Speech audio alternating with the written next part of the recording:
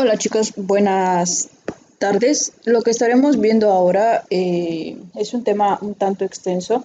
Van a ser varios mini temas dentro de uno solo, entonces toma tus apuntes lo mejor posible para que esto te ayude al momento de realizar tu examen, ¿sale? Que tengas todos los apuntes en orden para que puedas estudiar de la mejor manera. Bien, el tema con el cual empezaremos se llama arte y cultura. En relación al arte y cultura, como son situaciones muy ligadas entre sí, se toman dos posturas específicas. La primera postura afirma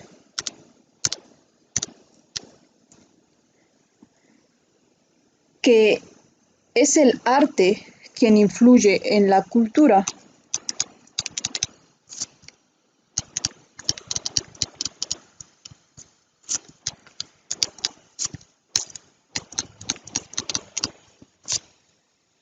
mientras que la segunda postura dice que es la cultura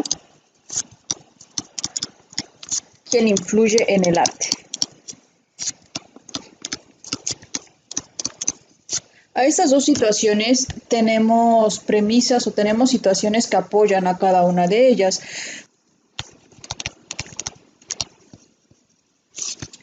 Algunos mencionan que el arte no tiene influencia de la cultura.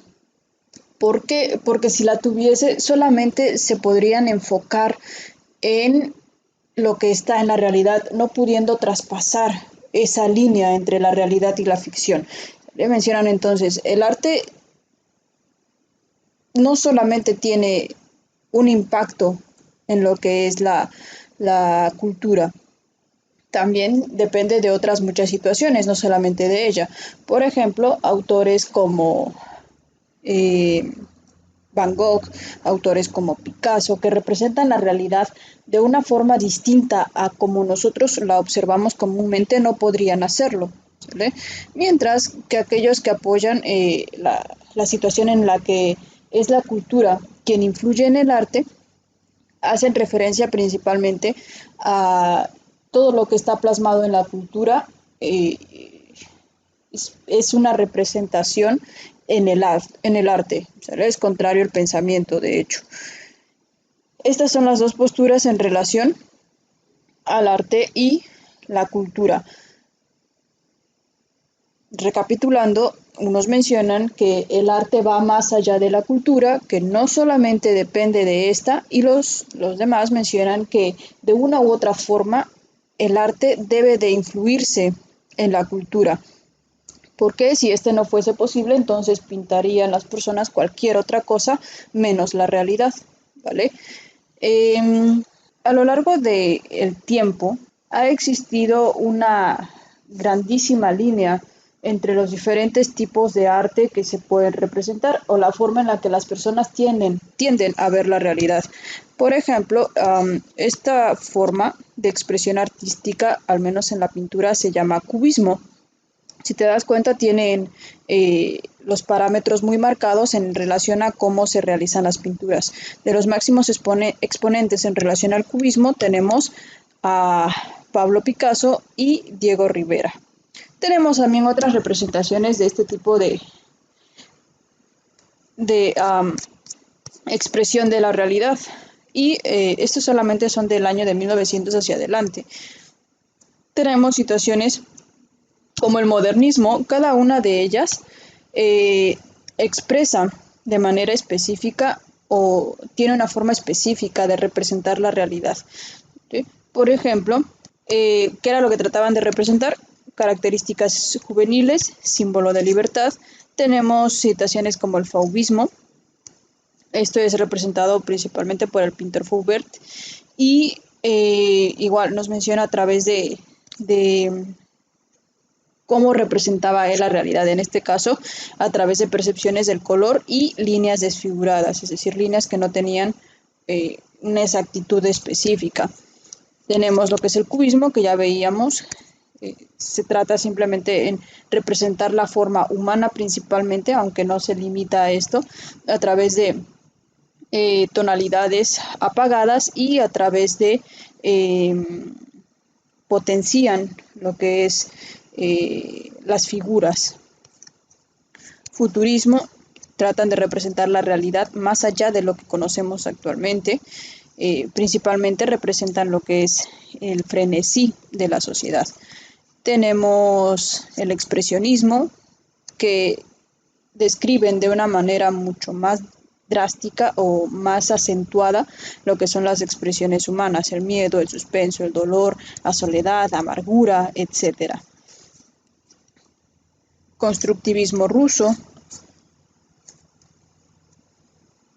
Este se utilizaba principalmente para cuestiones propagandísticas y la principal elemento que se establece es la geometría. Tenemos el dadaísmo, que prácticamente es una situación que va más allá de lo común, como te puedes dar cuenta, al representar cosas que no cualquiera se atrevería a representar. Bauhaus, una de las mejores corrientes,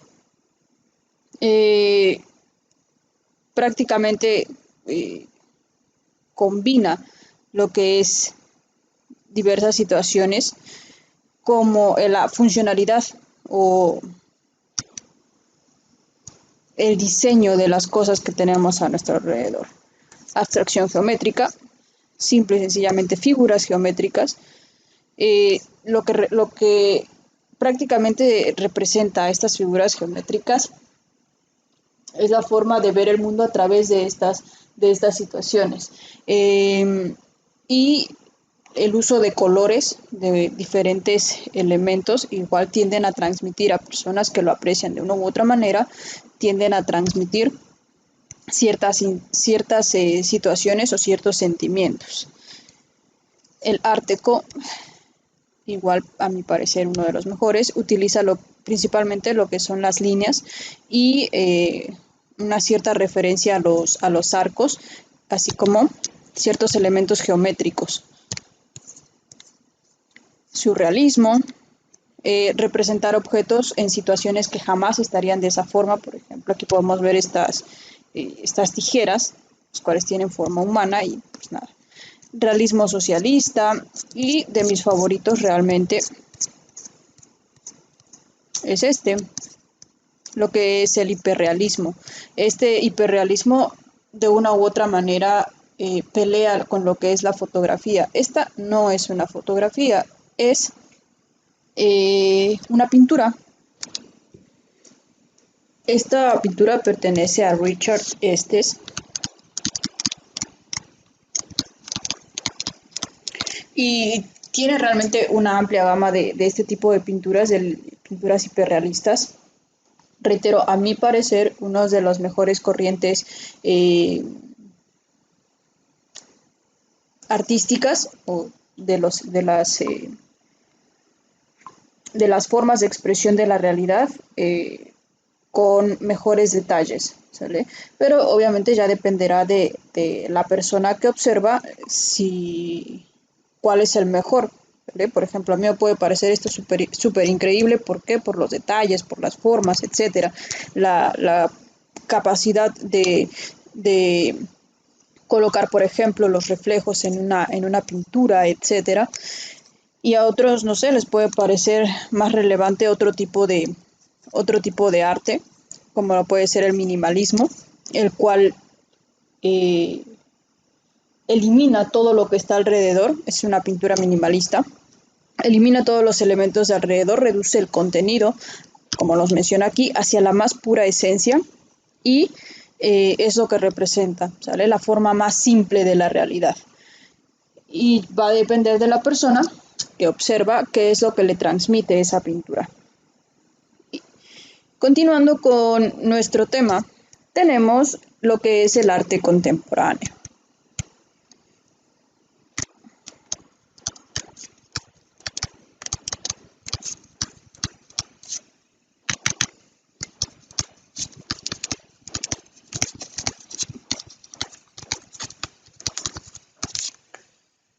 La época contemporánea prácticamente posee una gran apertura y aceptación hacia muchas de las situaciones en relación al arte. Los mejores ejemplos es que en esta época, la época contemporánea, han surgido innumerables corrientes y formas de representación artística, como lo podemos ver en el documento que les acabo de mostrar. Eh, y esta apertura es la que hace de una u otra manera que se tomen diferentes formas de representación de la realidad y no solo una que es la manera tradicional. Es decir, que cada grupo de personas pueda ver en un mismo objeto, por ejemplo una percepción diferente de cada uno de ellos, ¿sale? Que su percepción de la realidad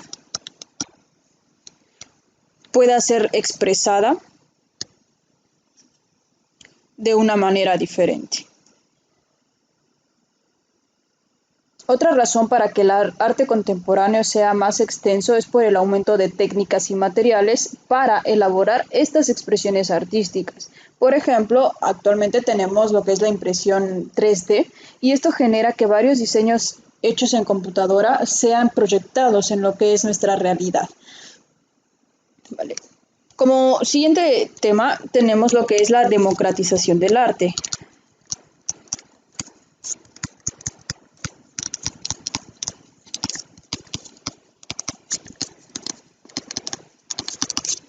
Nosotros, o bueno, mejor dicho, ustedes ya tendrán un concepto de lo que es la democracia. Ya vamos en quinto, entonces la democracia quedamos que es el poder del pueblo y para el pueblo. ¿Qué tiene que ver esto con el arte? Simple y sencillamente,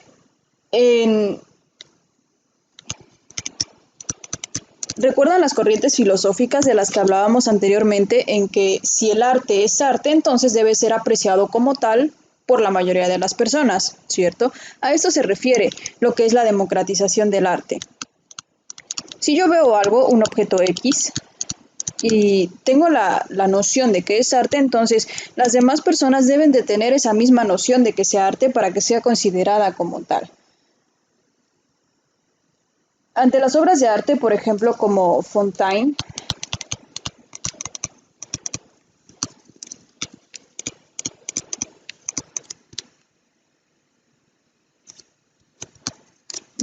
de Fontaine, del autor Marcel Duchamp, el Guernica de Picasso,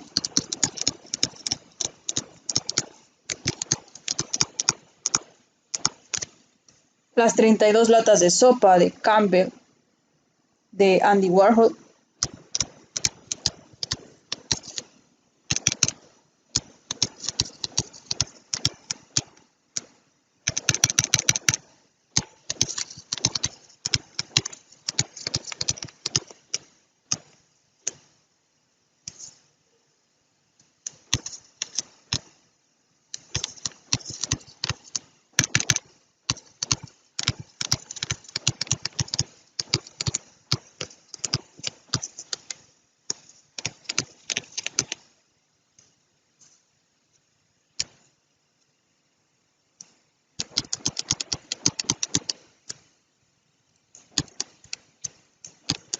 y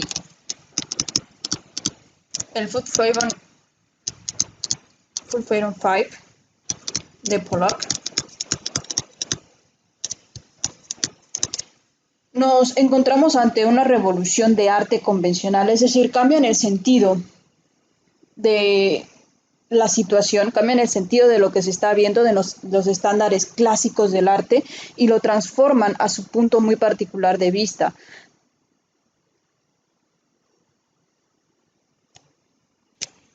Estos son cada uno de los cuadros que les acabo de mencionar.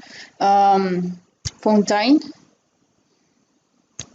la Guernica de Pablo Picasso, las 32 latas y Full Fathom 5.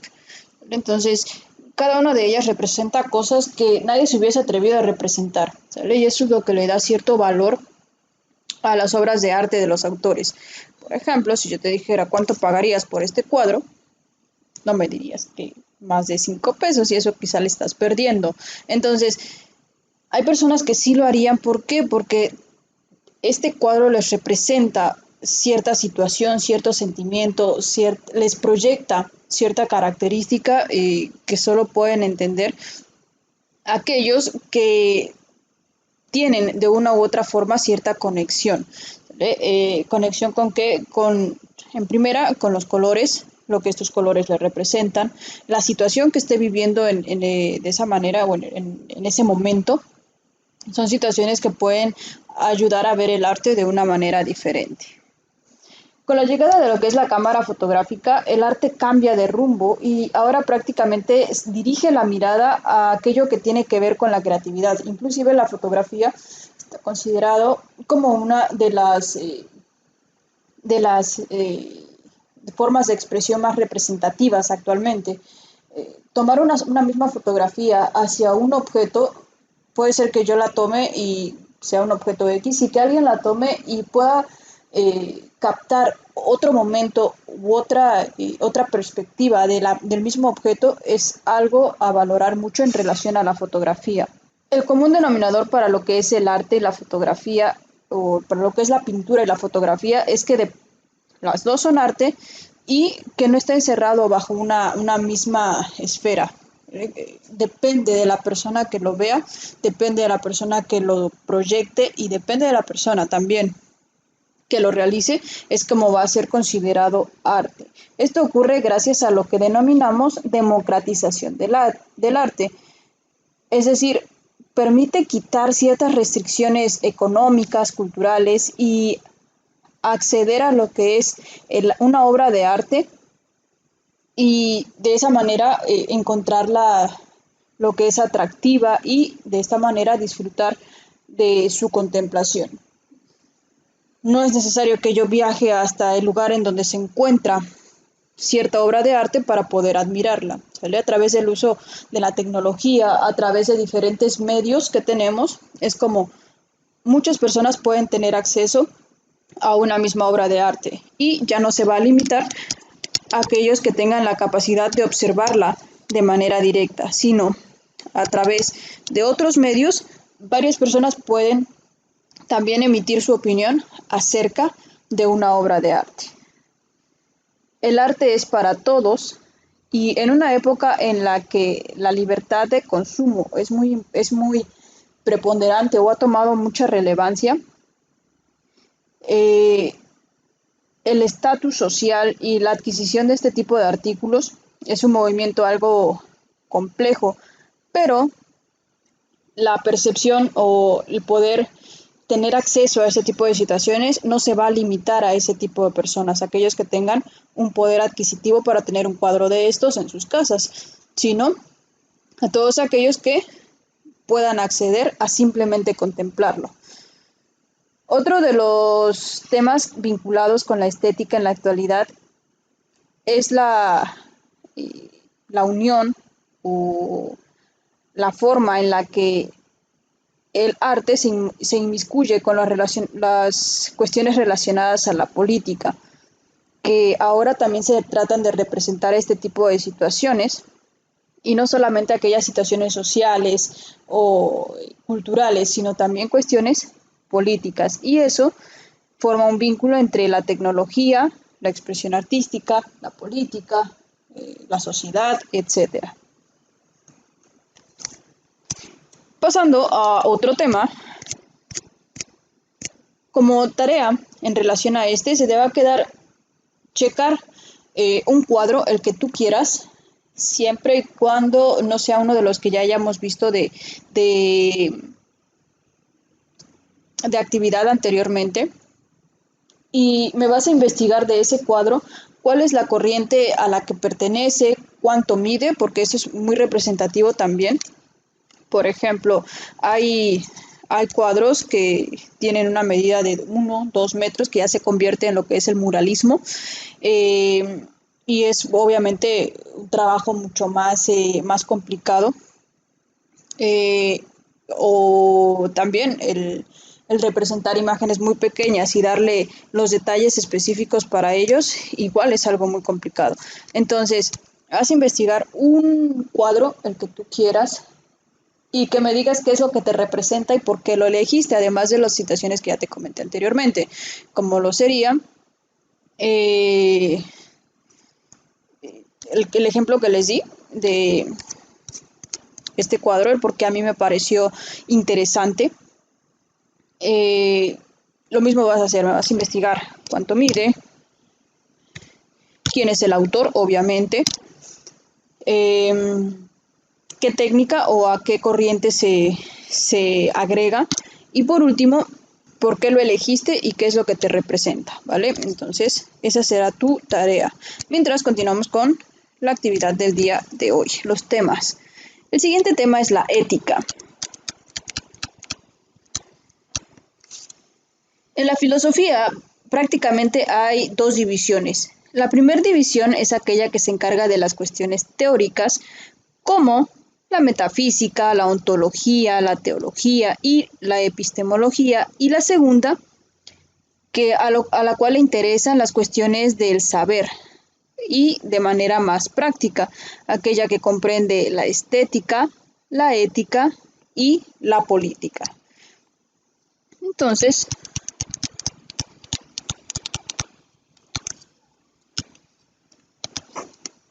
representándolo en un cuadro, nos quedaría de la siguiente manera.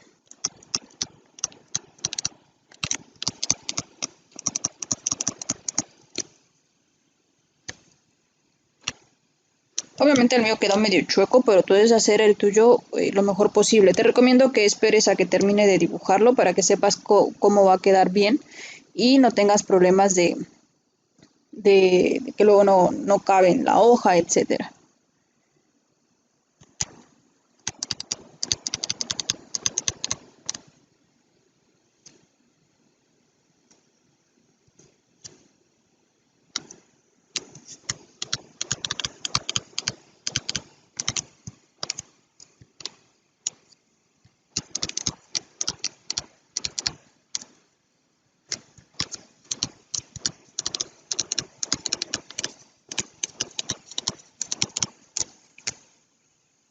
Y de manera práctica quedamos que estaba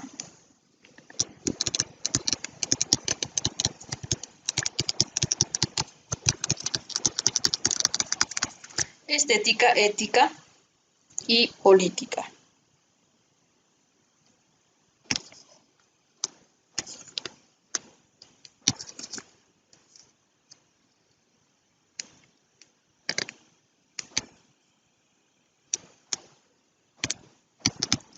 ¿Vale? Más o menos así quedaría entonces nuestro cuadro respecto a la división de la filosofía de sus dos grandes ramas. Hay más clasificaciones, lógicamente, pero este es en relación a los campos a los que se enfoca. En este apartado lo que haremos es hablar exclusivamente de la ética, obviamente sin dejar a un lado la relación que guarda con otras ramas como el derecho, el medio ambiente y la sociedad. La ética se encarga de estudiar la moral, y por moral vamos a entender como a un conjunto de normas de conducta que regulan la vida del ser humano en cuanto a sus actos y acciones, ¿vale? Entonces, la ética es la parte práctica de la filosofía que se va a encargar de estudiar la moral. Como moral ya vimos cuál es entonces su definición.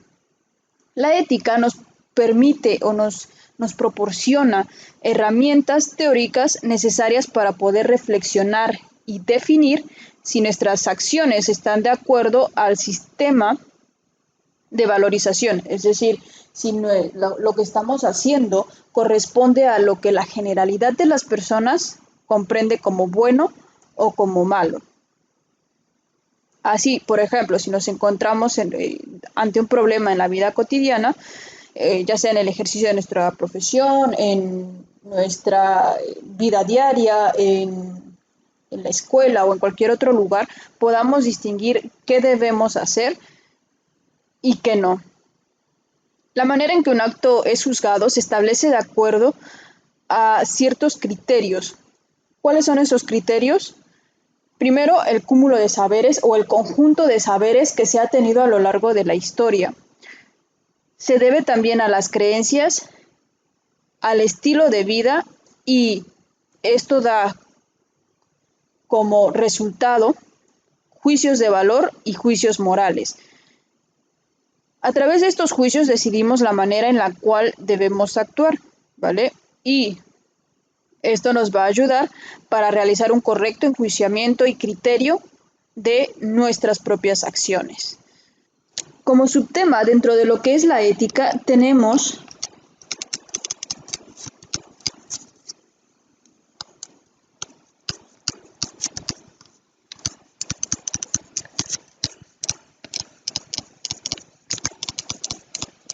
la ética en su ámbito prescriptivo. Tradicionalmente se cree que la ética es algo que se encuentra representado por las leyes o que no van a cambiar con respecto al tiempo ni la situación en la cual nos estemos desenvolviendo. Y esto es algo incorrecto. Lo relacionado a la ética va a cambiar bajo estas percepciones, dónde nos encontremos, qué situación es la que estamos afrontando y con el transcurso del tiempo. Lógicamente no van a cambiar de un día a otro, son situaciones que necesitan un lapso grande de tiempo o un lapso enorme para poder manifestarse estos cambios.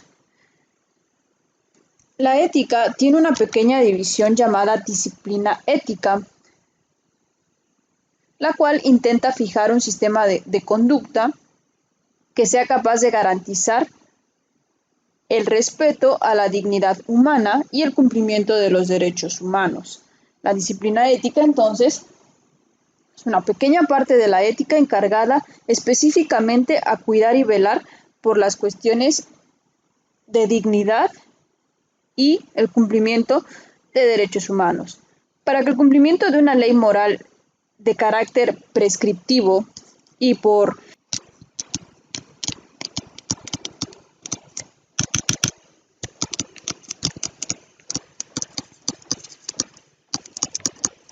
carácter prescriptivo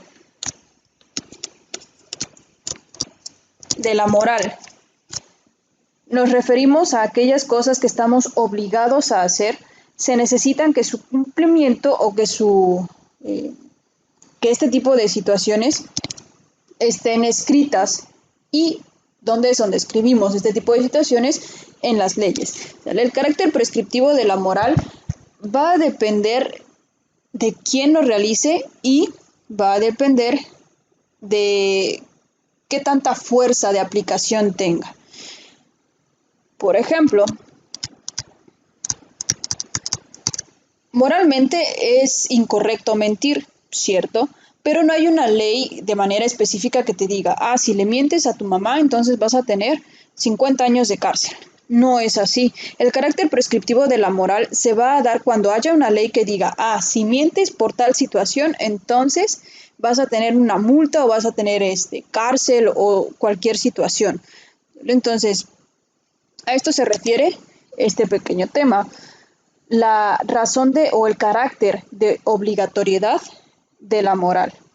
La ética prescriptiva entonces es más comúnmente conocida e inculcada, que hace que nos olvidemos de lo que nosotros queremos para de esta manera hacer lo que los otros quieren que hagamos, y es un comportamiento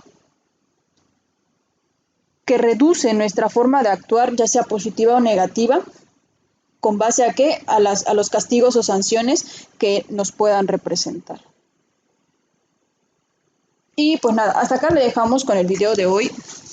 Toma tus apuntes lo mejor posible. Si tienes alguna duda, dado que hay algunos temas que están un poquito enredados, mándame mensaje y lo checamos con gusto, ¿sale? Nos estamos leyendo la próxima semana por cualquier duda o situación que tengas, ¿vale?